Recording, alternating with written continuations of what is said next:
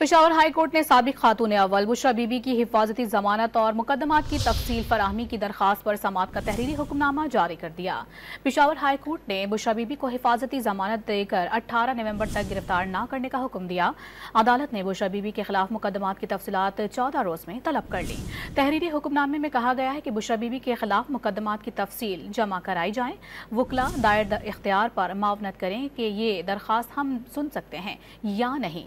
आइंदा समाअत 18 नवंबर को होगी। पेशावर हाई कोर्ट ने साबिक खातून अव्वल बुशरा बीबी की हिफाजती जमानत और मुकदमात की तफसील फराहमी की दरखास्त पर समाअत का तहरीरी हुक्मनामा जारी कर दिया।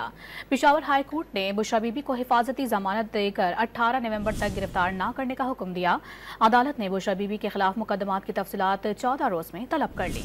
तहरीरी हुक्मनामे में कहा गया है कि बुशरा बीबी के खिलाफ मुकदमात की तफसील जमा कराई जाए। वकला दायर इख्तियार पर मावनत करें कि ये दरखास्त हम सुन सकते हैं या नहीं। आइंदा समाअत 18 नवंबर को होगी।